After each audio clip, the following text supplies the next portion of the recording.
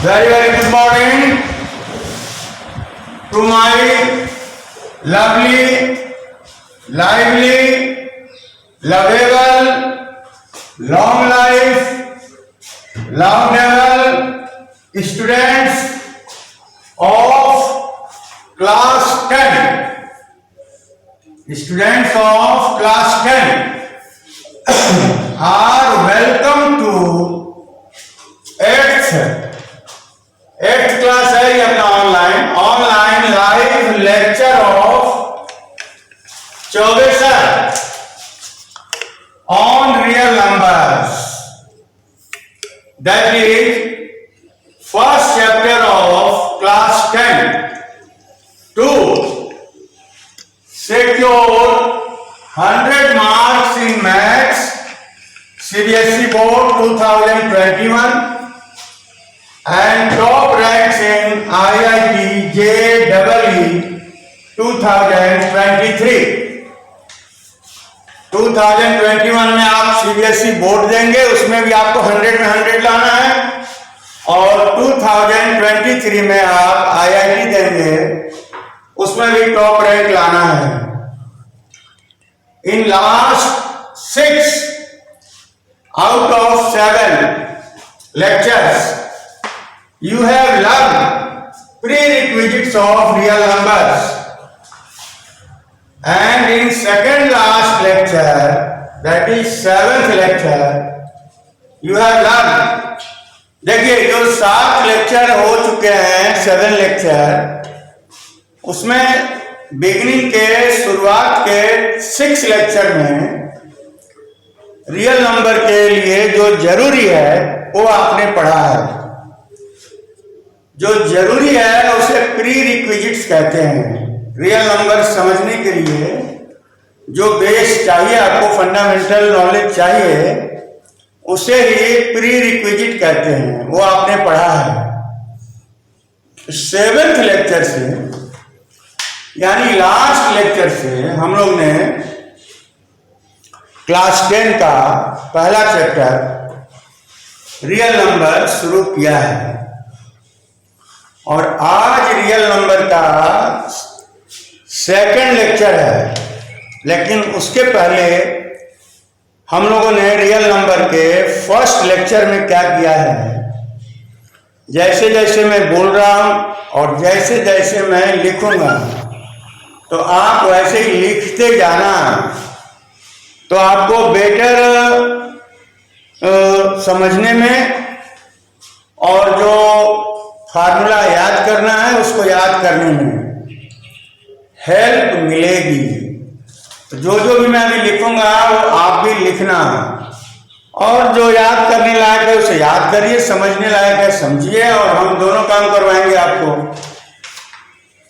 In last lecture that is 7th lecture you have learn, क्या आपने पढ़ा है लास्ट लेक्चर में? फर्स्ट, डिविजिबिलिटी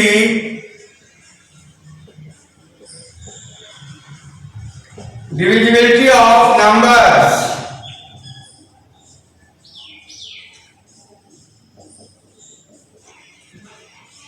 दैट इज, मान लो for example 6 is equal to 2 into 3, इसको क्या बोलते हैं? 6 इज डिविजिबल बाई 2 या 2 डिवाइड्स 6, दोनों तरीके से बोल सकते हैं।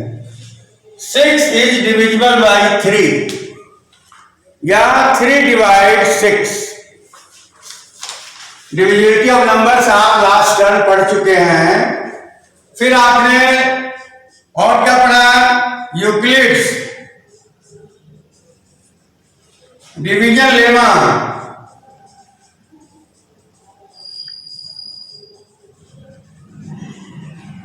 लेमा मतलब फार्मूला हुआ, यह ऑलरेडी प्रूवन थिंग है, प्रूवन स्टेटमेंट है। Lemmas are proven statement can be used to prove another statement, यानी जस्ट लाइक फार्मूला है। एक फार्मूला है आपके पास, तो आपने कोई और फार्मूला प्रूव करना है या कोई और सवाल बनाना है, दैट यू कैन यूज। तो यूक्लिड डिवीजन लेमा में आपने पढ़ा है for given positive integers for given positive integers C and D, C is greater than D, there exists unique integers, there exist unique integers Q and R. There exist unique integers Q and R satisfying C is equal to dq plus r is lying between 0 and d. इसमें क्या है कि for given positive integers c and d, this is called your Euclid's division lemma. तो क्या इसमें कि for given two positive integers c and d, there exist unique integers या natural number q and r such that c बराबर QD plus R. अब C को dividend बोलते हैं, अब जानते हैं C को डिविडेंड बोलते हैं, और D को डिवाइजर बोलते हैं, D को डिवाइजर बोलते हैं, Q को कोसेंट बोलते हैं, और R को रिमाइंडर बोलते हैं. जो आप क्लास 8 में पढ़े हुए हैं, क्लास 8 में आप क्या पढ़े हैं? डिविडेंड बराबर divisor into quotient plus reminder.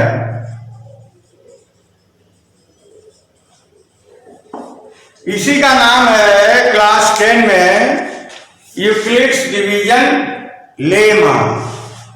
तो ये वैसे नाम ही नया है, बाकी तो आप जानते ही हैं. नाम नया है, बाकी आप इसको जानते हैं. देखो ये, तो ये भी आप लास्ट टाइम पढ़े हैं, और for so many problems you have also obtained Q and R. इसके बाद आपने पढ़ा है last time Euclid's division algorithm. Algorithm का मतलब है कि step by step procedure of solving a problem.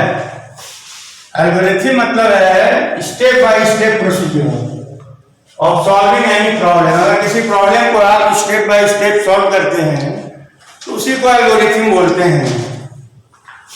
Algorithm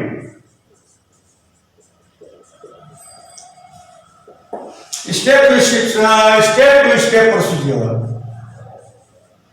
step procedure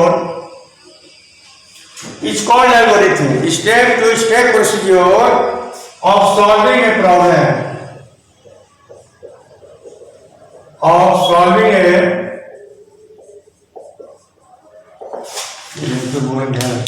इसमें सही भरा है. Step to step procedure of solving a problem. Algorithm is nothing but step to step procedure of solving a problem. अब इसमें आपने पढ़ा था next Euclid's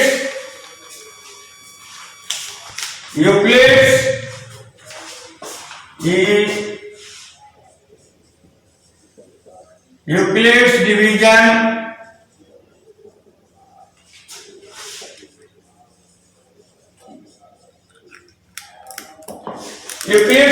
algorithm.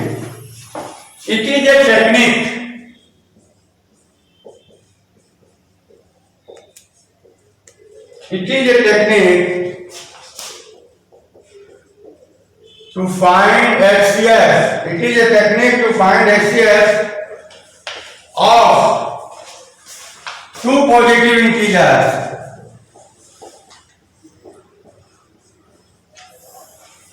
It is a technique to find HCF of two positive integers C and D, preferably मान लो C is greater than D, using the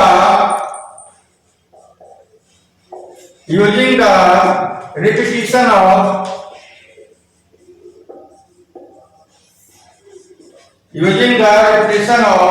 Euclid's division lemma.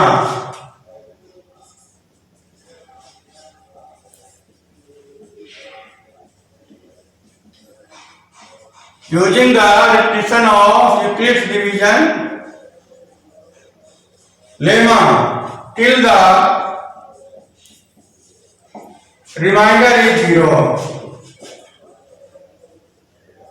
Till the remainder R is 0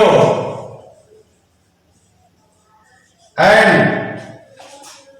the divisor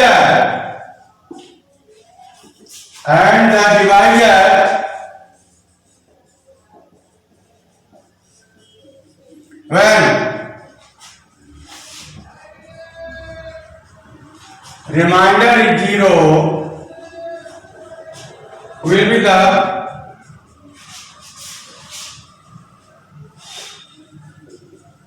the required HCF. This is called Euclid's division algorithm. Last time you have already learned. ये सब आप पढ़ चुके हैं. देखिए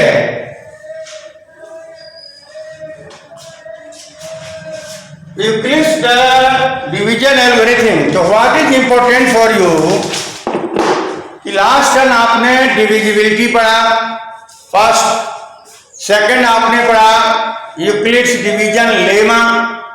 उसमें रहता है for given two integer C and D there exist two unique integers Q and R such that C बराबर QD प्लस R.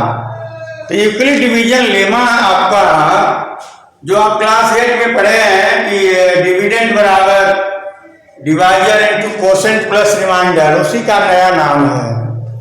तो आपने कुछ नया नहीं पढ़ा, एक उसका नाम जान गए. और इसका नाम पहले आप जानते थे सिर्फ डिवीजन एल्गोरिथम, डिवीजन फार्मूला जानते थे क्लास 8 में. 10 में उसमें एक वर्ड और लग गया यूक्लिड डिवीजन लेमा या फार्मूला. बात बराबर है. और एक चीज आपने यहां और देखा कि HCF क्लास 8 में आप HCF ऑब्टेन करते थे डिवीजन फार्मूला से. उसी HCF को क्लास 10 में एक नाम दे दिया गया है. उस डिवीजन फार्मूला का नाम दे दिया गया है यूक्लिड डिवीजन एल्गोरिथम. इसमें आप क्या करते हैं, it is just a method technique to find HCF of given numbers by repeated कई बार आप iterative application of Euclid's division lemma. Euclid's division lemma को कई बार आप यूज करते हैं. इटरेटिव मैंने रिपीट करते हैं. You repeat the repetition of the Euclid division lemma till, कब तक रिपीट करेंगे, till remainder is 0. Euclid division lemma को कब तक रिपीट करेंगे, जब तक रिमाइंडर R 0 न हो जाए. और जब रिमाइंडर R 0 हो जाता है उस समय जो भी डिवाइजर है उसी को HCF हाईएस्ट कॉमन फैक्टर या ग्रेटेस्ट कॉमन डिवाइजर कहते हैं.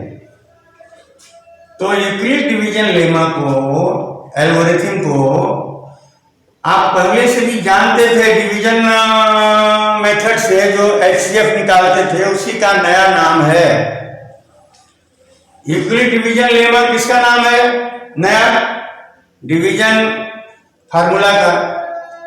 और यूक्लिड डिवीजन एल्गोरिथम किसका नया नाम है, जो आप HCF निकालते थे क्लास 8 में डिवीजन फार्मूला से, डिवीजन मेथड से, उसी का नया नाम ये है।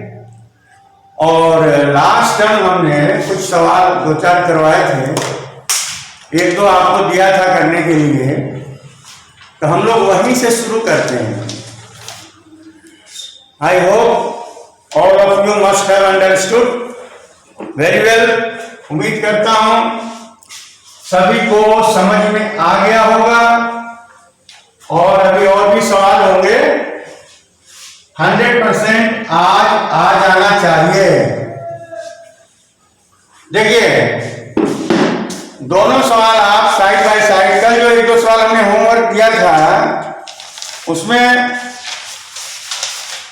एक तो सवाल ये रहा होगा 420 एंड 130 था क्या होमवर्क? 420 एंड 130।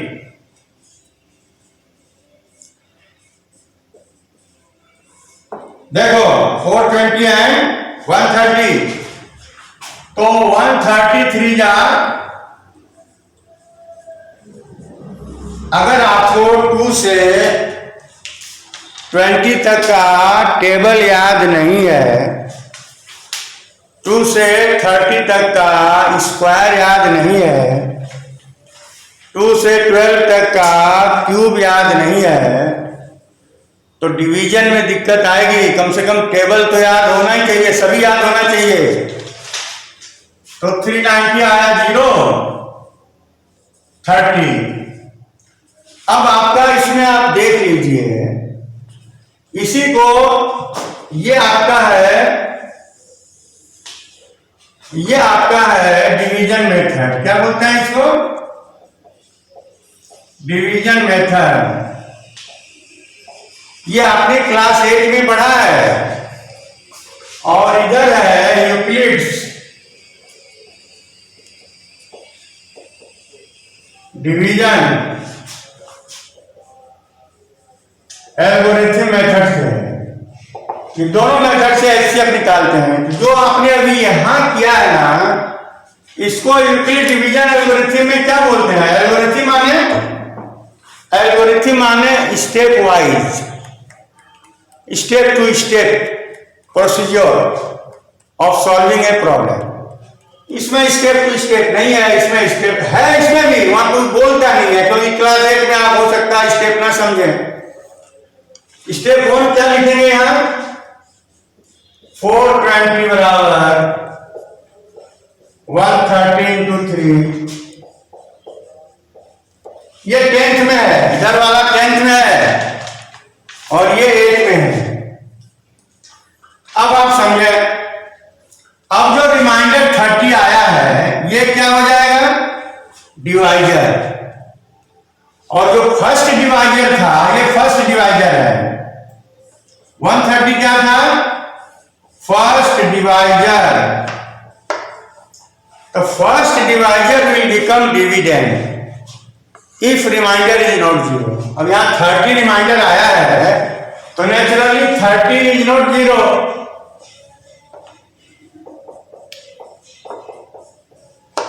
आपको इसे बोलते हैं, स्टेप 1 को बोलते हैं यूक्लिड्स डिवीजन लेमा। अब इस स्टेप को कब तक रिपीट करेंगे? जब तक रिमाइंडर 0 ना हो जाए। अभी रिमाइंडर क्या है? 30 है। देखिए अभी रिमाइंडर कितना है? 30 है।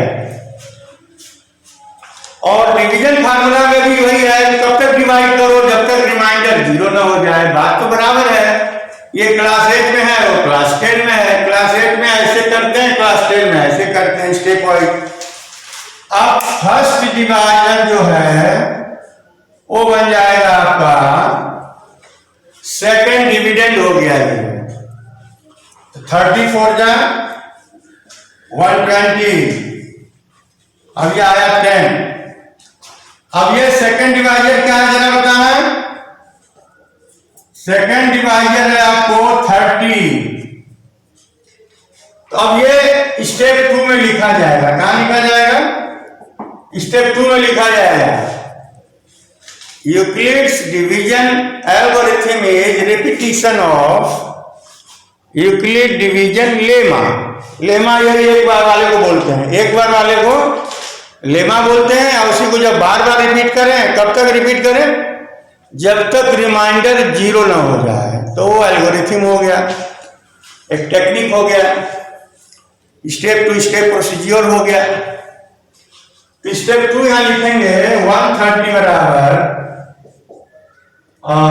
30 इंटू 4 प्लस 10। अब आप लिखेंगे रिमाइंडर इज नॉट 0। देख लो, अब यहां आइए 10 से डिवाइड करिए 30 को। अब ये थर्ड डिवाइजर 10 है, थर्ड डिवाइजर थर्ड डिवाइजर 10 है, तो 10 3 जा 30। अब रिमाइंडर 0 आ गया। तो डिवीजन मेथड में आपने पढ़ा है कि जब रिमाइंडर 0 आ जाए तो उसी को लास्ट डिवाइजर या HCF कहते हैं। ये जो थर्ड डिवाइजर है यही लास्ट डिवाइजर है और यही HCF है। 10 है। अब यहां क्या लिखोगे स्टेप 3 में? यहां लिखेंगे 30 बराबर 10 इंटू 3। अब आपको R बराबर 0 आ गया। अब आप दोनों मेथड देख रहे हैं, जो क्लास 8 में आपने करा है ये है और क्लास 10 में ये है। तो देखो क्लास 10 में क्या कहना है कि Euclid division algorithm is a technique to find the HCF between two numbers by repeating Euclid's division lemma till, कब तक रिपीट करेंगे? till the remainder is 0।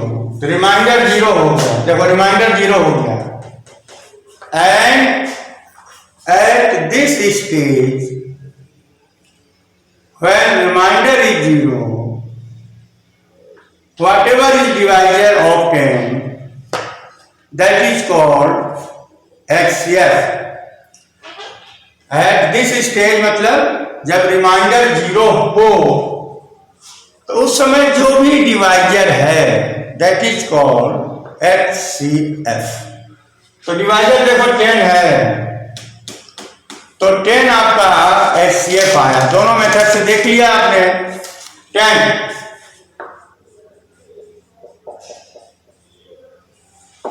ये आपका देखिए HCF हो गया।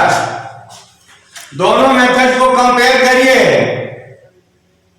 और दिमाग में बैठाइए। 10th में आपको ये काम आएगा। इस चीज को 8 में आपने इतना करना सीखा था, अब इसको स्टेप में कैसे लिखना है वो आपको 10 में सिखाया जा रहा है। यानी नया कुछ भी नहीं कराया जा रहा है, बस इसको एक स्टेप वाइज सिस्टमेटिक लिखवाया जा रहा है बस। तो जो सिस्टमेटिक लिखवाया जा रहा है उसका एक नाम है Euclid division algorithm, HCF by Euclid's division algorithm.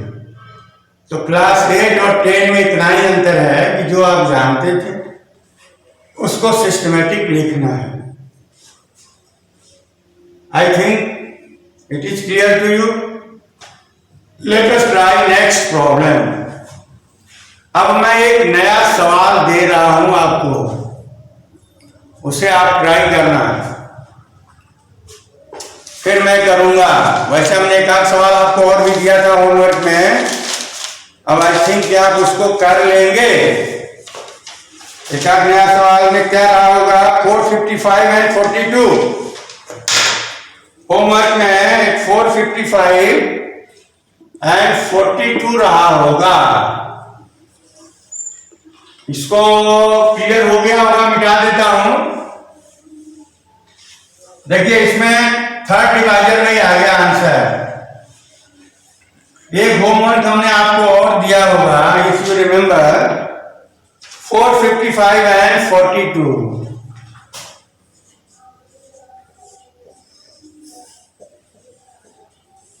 बनाइए इसको आप लोग, और बना लिए होंगे तो बड़ी अच्छी बात है।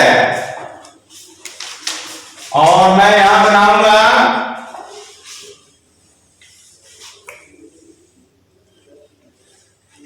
देखो 42 है और यहाँ 45 है, तो कितनी बार में करेगा ये? देखो 7 8 8 टू जा ये 9 चलो 10 से तो ज्यादा ही जा रहा है ना ये। 42 जा 1 दो, अच्छा 42।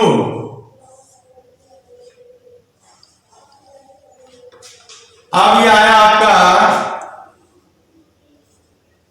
35 और आना फिर कितने में जाएगा? हमारे ख्याल से 10 में जा रहा है 420, और 11 में मैंने ये 35 में 5 2 3 10 में जाएगा 420 कर लो सीधा 35। अब आपका यूक्लिड डिवीजन एल्गोरिथम में इसको कैसे लिखते हैं देखना। लिखते हैं 455 इक्वल टू 42 इंटू 10 प्लस 35। फिर आप लिखेंगे R इक्वल टू 35, जो कि 0 नहीं है। जब 0 नहीं है तो आपको अगेन यहाँ डिवाइड करना है, वहां रिपीट करना है। यहाँ डिवाइड करने को वहां क्या बोलते हैं? Repeating the Euclid division lemma. एक लाइन को लेमा बोलते हैं, बार बार उसको रिपीट करो तो उसी को एल्गोरिथम बोलते हैं। समझे कि नहीं? तो फर्स्ट डिवाइजर आपका आया 42। फर्स्ट डिवाइजर क्या है? 42। सेकेंड डिवाइजर क्या है? 35। अब डिविडेंड हो गया 42, और थर्ड, अब इसको यहां लिखेंगे स्टेप 2 में। क्या लिखेंगे यहाँ? स्टेप 2। 42 बराबर 35 into 1 plus 7 R equal to 7 is not 0। अब देखिए, अब थर्ड डिवाइजर जो आपका है, थर्ड डिवाइजर जो है अब 7 हो जाएगा और डिविडेंड 35 हो जाएगा। 7 5 का 35। अब रिमाइंडर 0 आ गया। इस समय जो डिवाइजर 7 है ना, इसको लास्ट डिवाइजर बोलते हैं, लास्ट डिवाइजर। और लास्ट डिवाइजर कब मिलता है? जब डिवाइजर 0 हो, तो उसी को HCF कहते हैं, उसी को हाईएस्ट कॉमन फैक्टर या ग्रेटेस्ट कॉमन डिवाइजर बोलते हैं। अब ये लिखोगे 35 बराबर 7 इंटू 5। अब R is 0, when remainder is 0, then at this stage whatever is divisor that is called HCF। तो डिवाइजर 7 है तो HCF 7 होता है। HCF भी आप समझे इस चीज को कि जो आपने क्लास 8 में पढ़ा है, जब उसको स्टेप वाइज लिखते हैं, यानी नया कुछ नहीं करना, बस एक स्टेप वाइज लिखना है। जो यहां आपने किया है तो उसको एक सिस्टमेटिक ढंग से लिखा है, वही 10 में है। 8 में करना है, 10 में उसको सिस्टमेटिक बना के लिखना है बस। तो जो सिस्टमेटिक बना के लिखा है उसका नाम क्या है? Euclid division algorithm. Euclid division algorithm. इस मेथड से आप करते क्या है? HCF निकालते हैं। ठीक है, तो हमारे ख्याल से ये दोनों सवाल दिया था, एक आध और हो आप बना लेना। अब मैं एक सवाल और देता हूं, इसको मिटा रहा हूं, and I don't think you will find any difficulty. मुझे लगता है कि 100% क्लियर है एवरीथिंग। और अब एक सवाल है, बनाइए।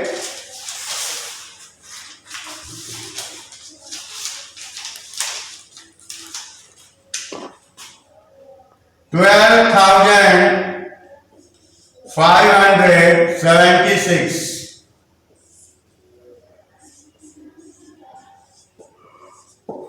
देखो ये जो गिवन नंबर्स को देखते हुए आप लोग बनाइए इसको दोनों मेथड से। ये जो गिवन नंबर है इनको देखते हुए क्या आपको नहीं लगता कि 2 से 20 तक का टेबल याद होना जरूरी है? 2 से 30 तक का स्क्वायर याद होना जरूरी है। 2 से 12 तक का क्यूब याद होना जरूरी है कम से कम। इसलिए आप 2 से 20 तक का टेबल तो जरूर याद रखें। अब यहाँ 4000 है, यहाँ 12000 है, करीब करीब एक रफ आइडिया लगाते हैं तो 3 टाइम्स जाएगा, 3 टाइम्स जाएगा ये कम से कम। तो देखो 3 2 जा 6, 3 5 जा 15, 3 4 जा 12, 0 और 7 is 5, 2 4, ये आ गया। देखो अब जो है ये जो 8 में आपने पढ़ा है, अब 10 में इसको कैसे लिखोगे वो देखना है। यूक्लिड डिवीजन एल्गोरिथम, जो 10 में आप मेथड है ना, जो टेक्निक है उसका नाम क्या है? Euclid's division algorithm. इसी को क्लास 8 में डिवीजन मेथड कहते हैं। बस उनका नाम आपको बताना है और कुछ नहीं करना। तो यहाँ स्टेप 1 में ये हो गया। यहाँ जितनी बार आप डिवाइड करेंगे रिमाइंडर 0 लाने के लिए उतने ही स्टेप वहां मिलेंगे। समझो बात को। यहां आपको डिवाइड करना है। कब तक करना है? जब तक रिमाइंडर 0 ना हो जाए। तो यहां जितनी बार डिवाइड करेंगे वहां उतने ही स्टेप मिलेंगे 10th में। क्लास 8 में जितनी बार डिवाइड करेंगे क्लास 10 में उतने स्टेप बनेंगे। यहां भी कब तक डिवाइड करते हैं? जब तक रिमाइंडर 0 ना हो जाए। वहां भी वही है, कब तक स्टेप बनेंगे? जब तक रिमाइंडर 0 ना हो। यहां जब रिमाइंडर 0 होता है तो जो भी डिवाइजर है वो एचसीएफ है, वहां भी वही है। दरअसल इसी का तो नाम है, वो इसी का नाम है। 8 में सिर्फ डिवीजन बोलते थे, 10th में यूक्लिड एक नाम और आ गया। बस इतना ही अंतर है। अब ये जब रिमाइंडर 0 नहीं है तो इसको डिवाइड करो। अब 42 का 10 4200 होता है तो 10 बार में नहीं जाएगा, 9 टाइम्स में जाएगा। 9 टाइम्स में डिवाइड करो। 9 0 है, 9 2 जा 18, 37 आया, 37। अब इसका डिफरेंस लो, 2 15 में से किया 7, 9 से 7 किया 2। अब देखो फर्स्ट डिवाइजर ये है, सेकंड डिवाइजर ये है, तो वहां सेकंड स्टेप अब आएगा। फर्स्ट स्टेप में है क्या आया? फर्स्ट स्टेप में आया 12,576 बराबर 4052 into 3 plus 420 and remainder is 420, वो 0 नहीं है। अब आपने सेकंड स्टेप यहां ये है, सेकंड स्टेप में लिखेंगे 4052 बराबर 420 into 9 प्लस 272 R बराबर 272 जीरो नहीं। अब ये 272 से किसको डिवाइड करोगे? 420 को 1 ले जाएगा।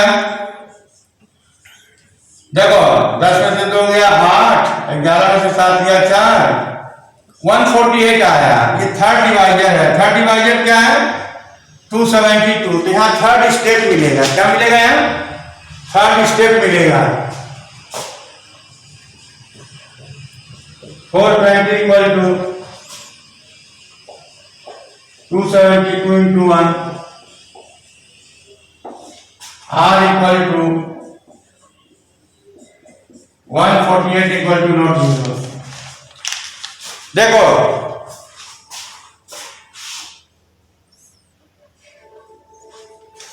अब आया आपका, देखो अब आया आपका 148 है fourth divisor. 148 is fourth divisor. तो 148 फोर्थ डिवाइजर है और डिविडेंड हो जाएगा 272। 148 2 माइनस 8 होगा नहीं तो कैरी लेंगे। 12 माइनस 8 गया 4 और 6 में से 4 गया 2 और ये तुम्हारा आ गया 1। फिर 0 नहीं आया रिमाइंडर। तो अब यहां हमारा ये डिवाइजर 4 है। जितने डिवाइजर मिलते जाएंगे उतने स्टेप वहां बनेंगे। स्टेप 4 में आइए 272 equal to 148 into 1 plus 124 remainder is 124 not 0। अब देखो ये फिफ्थ डिवाइजर है। 124 इज फिफ्थ डिवाइजर। एक बार में जाएगा 24। अब ये जो आपका है अभी भी रिमाइंडर 0 नहीं आया। स्टेप फिर कब जाएगा? यहां 148 इक्वल टू इसको नहीं 124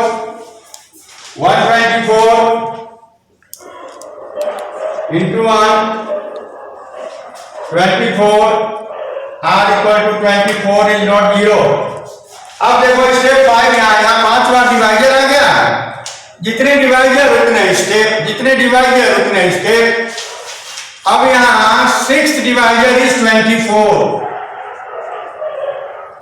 6th डिवाइजर है देखिए 24। जरा ऊपर का रब कर रहा हूं, देखना ऊपर का रब कर रहा हूं।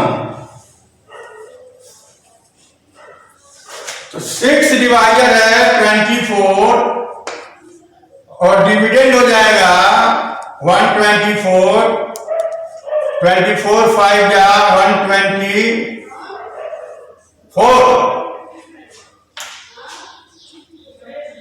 देखिए आपका आया ये क्या रिमाइंडर स्टिल नॉट 0। तो आपको मिलेगा स्टेप 6। स्टेप 6 में आया आपका 124 is 24 into 5 plus 4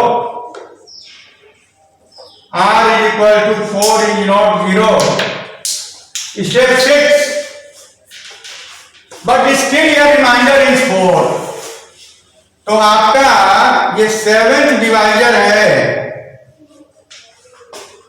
7th divisor is 24।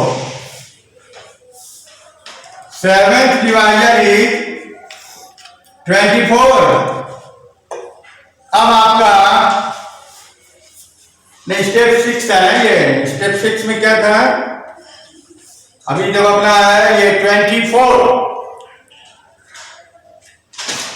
This will become dividend 4 6 जा 24। कितने हो गए अपने, 124 इक्वल टू 148, 24 124, ये क्या लगता है क्या है, 124 is equal to 148 equal to 124 into 1 plus 24. Step 5, 148 equal to 124 into 1 plus 24 and 124 equal to 24 into 5 plus 4. अब 24 आया आपका step 7। 24 is 4 into 6 plus 0. So now remainder is 0. So when remainder is 0, तो what is divisor? Divisor is 4. तो ये आपका divisor 4 है, इसलिए this is the last divisor and last divisor is HCF.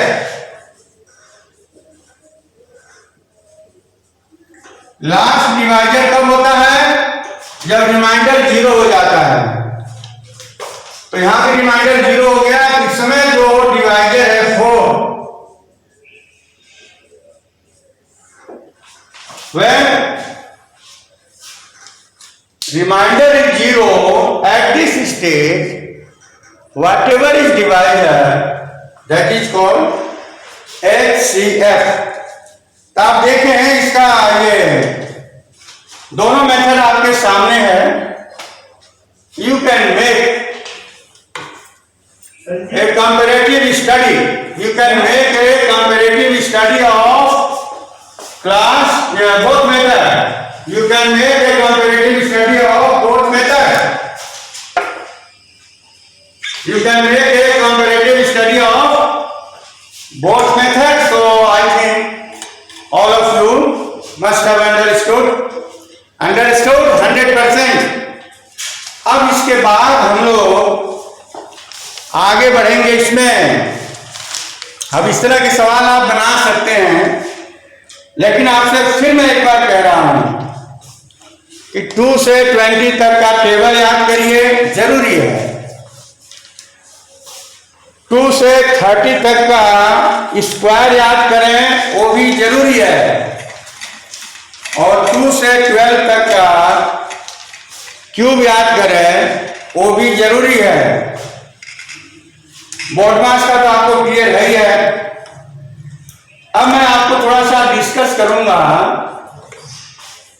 कि inside of the Euclid division algorithm क्या है, कि इसके अलावा HCF निकालने के अलावा what more does Euclid's division algorithm do. ये HCF निकालने के अलावा भी इसका कोई काम है क्या, यूक्लिड डिवीजन लेमा है या यूक्लिड डिवीजन एल्गोरिथम है, इनका काम क्या सिर्फ HCF निकालना है या कुछ और भी सवाल बनाना है। तो HCF निकालने के अलावा इनसे हम लोग अच्छे सवाल और भी बनाते हैं, even number, odd number, even, odd और स्क्वायर, क्यूब। जब आप देखेंगे इनका प्रोडक्ट ऑफ 3 कंसेक्यूटिव इंटीजर क्या होगा। अब आप इसमें जो नेचुरल नंबर है उसके कुछ मोर कैरेक्टरिस्टिक आप सीखेंगे।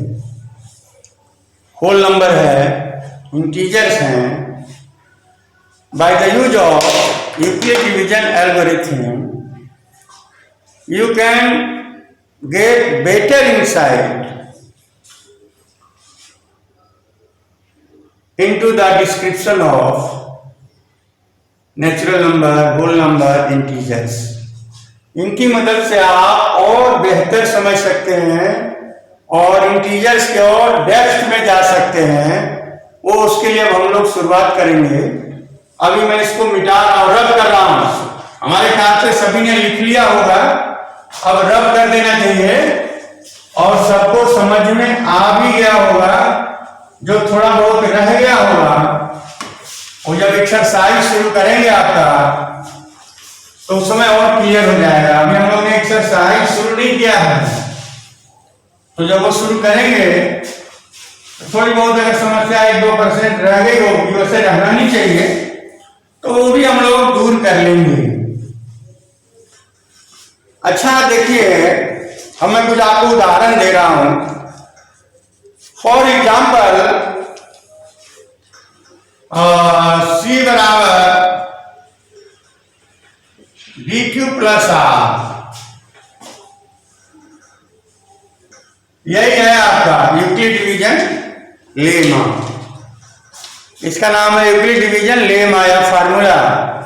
और जब इसी को बार बार रिपीट करते हैं तो उसका नाम क्या है? यूक्लिड डिवीजन एल्गोरिथम, जिससे आप FCF निकालते हैं।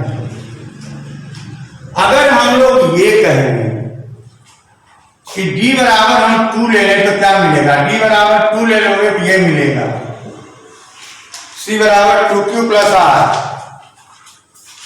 C बराबर। लेकिन आप बहुत पहले से जानते हैं कि जब आप 2 से डिफाइन करेंगे तो D बराबर कितना लिया आपने? 2 लिया है, और इसे होना भी इंटीजर है, होल नंबर होना है। तो 0 और 2 के बीच में 2 को छोड़कर कितने इंटीजर जानते हैं आप? कितने नेचुरल नंबर जानते हैं 0 और 2 के बीच में 2 को छोड़ के? सिर्फ 2 जानते हैं, R बराबर 0 और 1। यानी जब आप 2 से डिवाइड करेंगे तो रिमाइंडर 0 हो जाएगा। जब रिमाइंडर 0 होगा तो आप क्या कहेंगे कि number C is divisible by D। क्या कहेंगे? अगर R 0 हो जाएगा तो आप क्या कहेंगे कि C इज डिविजिबल बाई 2, क्योंकि हमने 2 की जगह D की जगह 2 ले लिया है। तो अब जहां जहां D का नाम आता है वहां वहां आपको 2 बोलना पड़ेगा, और जब रिमाइंडर 1 आएगा तो आप क्या कहेंगे कि C ऑड नंबर है, क्योंकि ऑड नंबर की डिफिनीशन यही है, और इवन नंबर की भी डिफिनीशन यही है। इवन नंबर की डिफिनीशन है कि अगर आप 2 से डिवाइड करेंगे तो रिमाइंडर 0 आएगा, और ऑड नंबर की डिफिनीशन है कि अगर आप 2 से डिवाइड करेंगे तो रिमाइंडर 1 आएगा।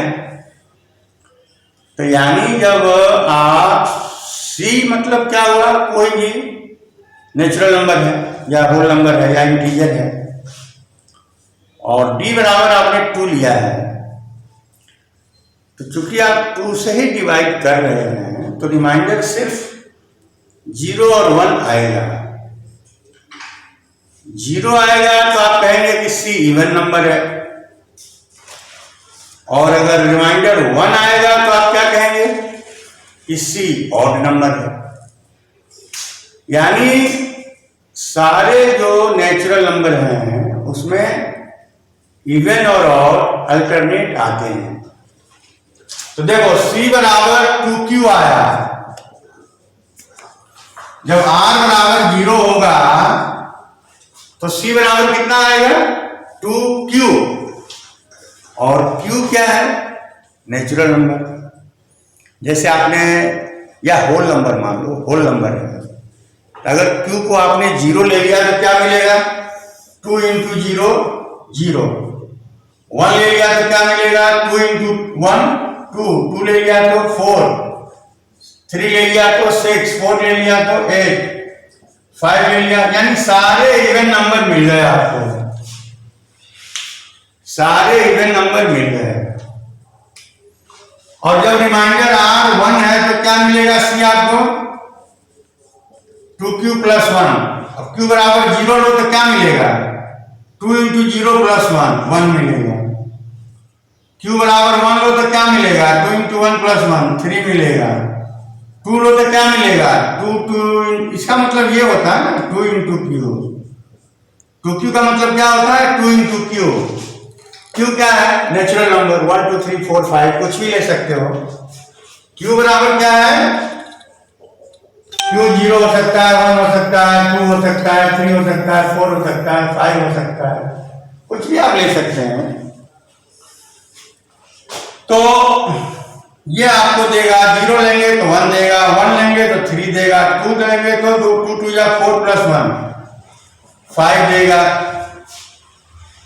और 3 लेंगे तो 2 3 या 6 + 1 7 देगा, 4 लेंगे तो 2 4 या 8 + 1 9 देगा, 5 लेंगे तो 2 5 या 10 + 1। यानी आप देख रहे हैं कि ये सब आपको, अगर सी और डी यूक्लिड एल्गोरिथम में, यूक्लिड लेमा में सी और डी क्या है, होल नंबर है आपकी क्लास में 10th के लिए। तो सी बड़ी संख्या है, डी छोटी है, सी लार्जर है और डी स्मॉलर है। तो अभी हमने डी को फिक्स कर दिया है, डी को क्या किया हमने, फिक्स कर दिया। कितना कर दिया, 2। जब डी 2 है तो जब किसी भी होल नंबर को या किसी भी नंबर को जब आप 2 से डिवाइड करेंगे तो रिमाइंडर 0 या 1 ही तो मिलेगा, और तो कुछ नहीं मिल सकता ना। तो जब रिमाइंडर 0 मिलेगा तो सारे इवन नंबर होंगे। इवन नंबर की डेफिनेशन भी यही है, इट इज डिविजिबल बाय 2, या when even number is divided by 2 remainder is 0। Odd number की डेफिनेशन यही है कि odd number is divided by 2 remainder is 1।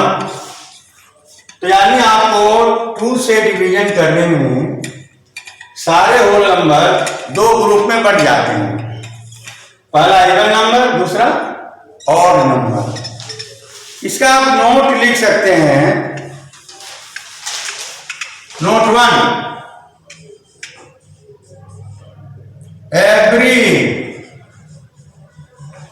every positive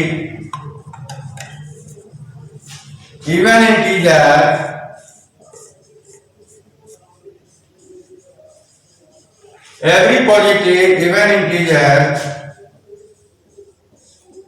is of the form 2q, और q बराबर क्या है, 0 1 2 3 4 5। यानी आपका होल नंबर है, कुछ भी ले सकते हैं। नोट 1, अब नोट सेकंड आइए, every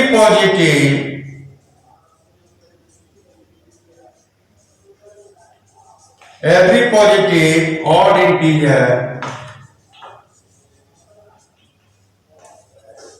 is of the form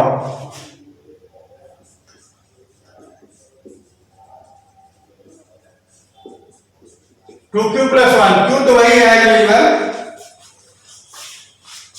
देखो ये 0 2 4 6 है, 10 को क्या बोलते हैं, इवन नंबर,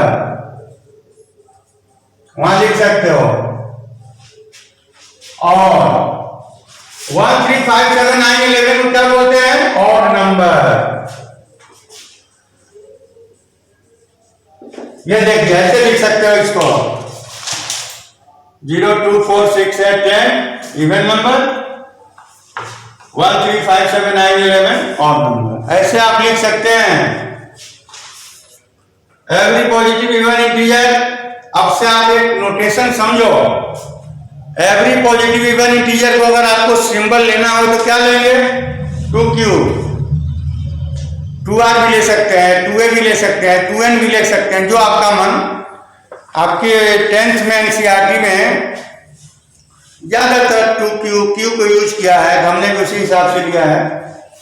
और ऑड इंटीजर का जनरल फॉर्म क्या है, 2q + 1। q वही है 0 1 2 3 4 5, q is the same. q जो ऊपर है वही नीचे है, Q बराबर 0 1 2 3 4। Q में कोई अंतर नहीं है, ठीक है। अब आपने क्या देखा, देखिए इसके अलावा ये आपको हमेशा ध्यान रखना पड़ेगा, ये जो है ना C बराबर DQ plus R Euclid's algorithm lemma, उसी का एप्लीकेशन अब आप देख रहे हैं दूसरे तरह से। इसको जब बार बार रिपीट करके HCF निकाल लेते हैं, अब इसका इवन और नंबर हर चीज आप देख लेंगे। अब देखिए इसको मैं मिटा रहा हूं, ऊपर वाले को रद्द कर रहा हूं।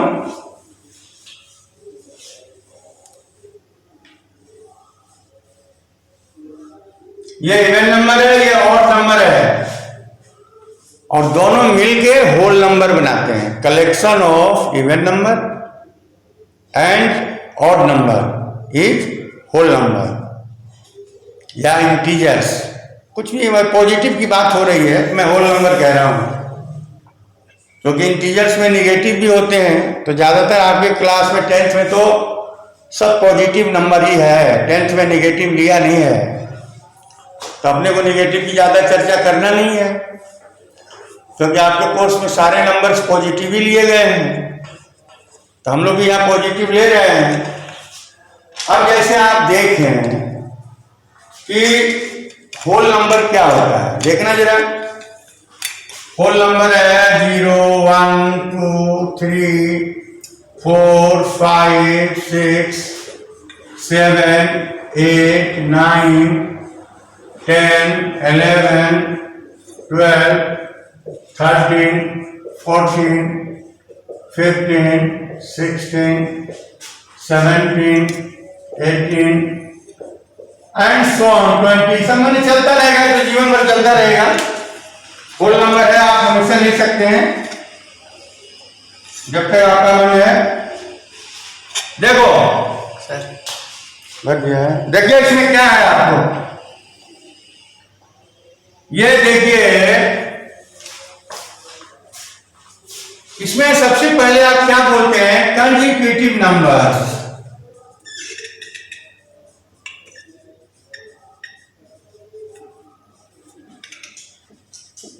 कंसेक्यूटिव नंबर्स, दो लगातार नंबर हैं। देखो numbers which follow each other, numbers which follow each other, numbers which follow each other in order without, numbers which follow each other, देखिए numbers which follow each other in order without gaps, कोई gap नहीं होता। numbers which follow each other in order without gaps from smallest to largest, from smallest to largest.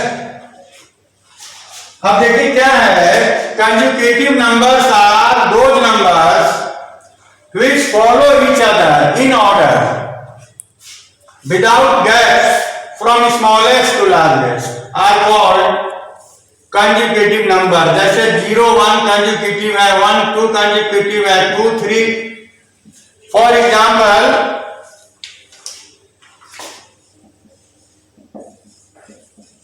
0 1 consecutive है, 1 2 2 3 4 5 5 6, ये सब consecutive numbers हैं। Numbers consecutive numbers follow each other without any gap in order. The numbers which follow each other in order without any gap from smallest to largest are called consecutive numbers। Consecutive number के बाद आइए जो word आप use करेंगे tenth में। अब आपने अभी देखा था थोड़ी देर पहले, नेक्स्ट नोट 3 या 4 है, दिस इज 4। दो नीचे था ना, इवन नंबर ऑड नंबर, ये थर्ड हो गया note 3 note 4। In given two consecutive number, in given two consecutive number, in given two consecutive numbers, one must be even.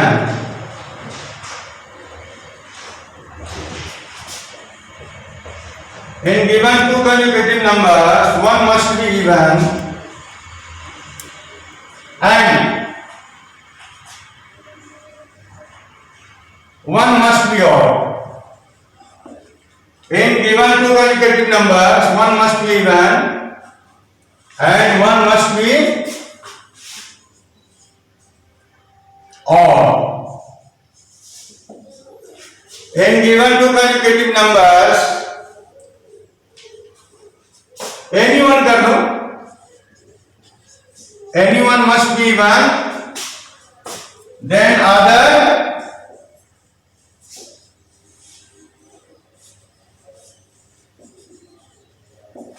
must be odd. अगर कोई भी एक इवन है तो दूसरा जरूर ऑड होगा। देखो जैसे 0 1 में 0 इवन है तो 1 ऑड है, 1 2 में 1 ऑड है तो 2 इवन है, 2 3 में 2 इवन है तो 3 ऑड है। अगर कोई भी आपने इन given two consecutive small numbers, anyone must be even then other must be odd। अगर उसमें कोई दो consecutive नंबर हैं और उसमें अगर कोई एक इवन है तो दूसरा जरूर ऑड होगा, या कोई एक ऑड है तो दूसरा मस्ट भी इवन होगा। इससे आप देख सकते हैं, कहीं भी देख लो 15 16 16 17 18 19, कहीं भी अगर कोई दो कंसेक्यूटिव नंबर आप लेते हैं तो आप देखेंगे कि उसमें एक इवन है और एक ऑड है। ये प्रॉपर्टी आपको ध्यान रखना पड़ेगा। Next note, product of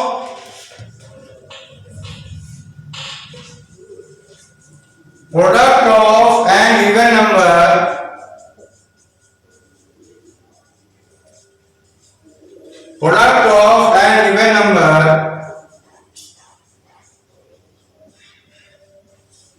and odd number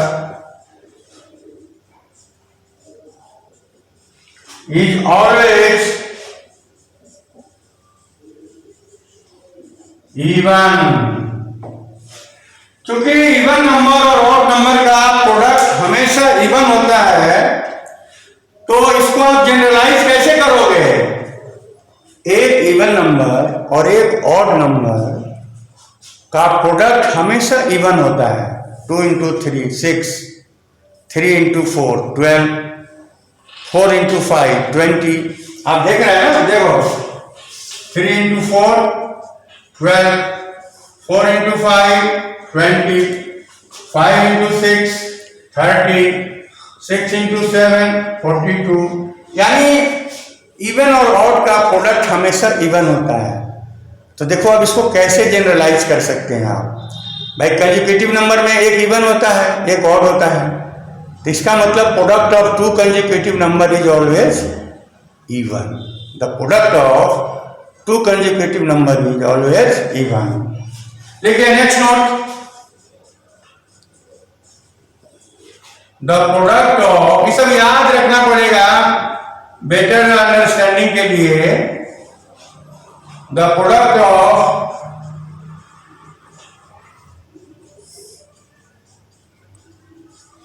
to consecutive whole numbers, integers में लिख लिख सकते हो, लेकिन तुम्हारे 10th में सब पॉजिटिव ही number, natural number, whole number है, नेगेटिव है नहीं। Consecutive whole numbers